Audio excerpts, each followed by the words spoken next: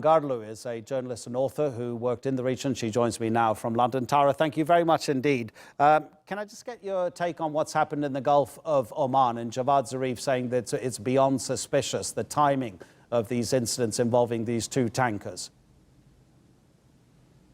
Thank you for having me. I think what happened this morning is also surprising and alarming at a very critical time where essentially the United States mediator Shinzo Abe, the Japanese prime minister, is in Iran trying to de-escalate these tensions. And then you have the incident that happened in the Gulf of Oman.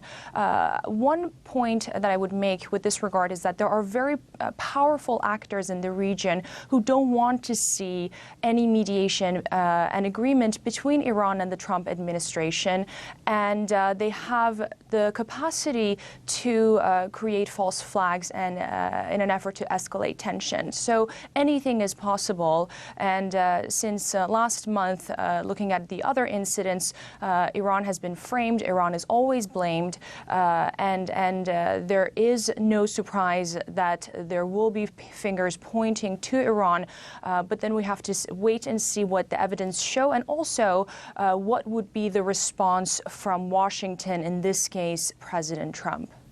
What do you make of what could be described almost as a pincer movement against Iran? You have Israel, Saudi Arabia and the United States putting pressure on Tehran, the Americans specifically wanting to include Tehran's ballistic missile program in a renegotiation of the 2015 nuclear deal. Has something changed since Donald Trump became president compared to Barack Obama's presidency and his approach to Tehran? And how successful is it eventually going to be, do you think, that approach from the Trump administration? I think to answer your question about how successful it will be, we're at a, we're having a scenario where there is no agreement between Iran and the United States, and the United States unilaterally pulled out of the nuclear accord. So comparing the two scenarios, had the United States stayed in the JCPOA agreement dealing with other behavior that was not acceptable by the United States and its allies, including Iran's missile program, would have been much easier.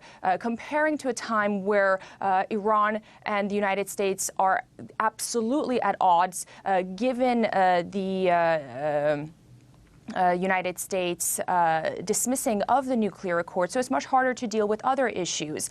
So to that point, it's going to be more difficult. But then again, President Trump has shown in the last week or so that he wants to engage Iran in various ways and prevent conflict. But as you mentioned, countries like Saudi Arabia and Israel, they have a very different agenda in many cases than that of the United States government, and there are actors that would support their agenda of confrontation, and that's really what's happening right now in the region. Tara, thank you very much indeed. Very much appreciate your giving us that analysis here on TRT World.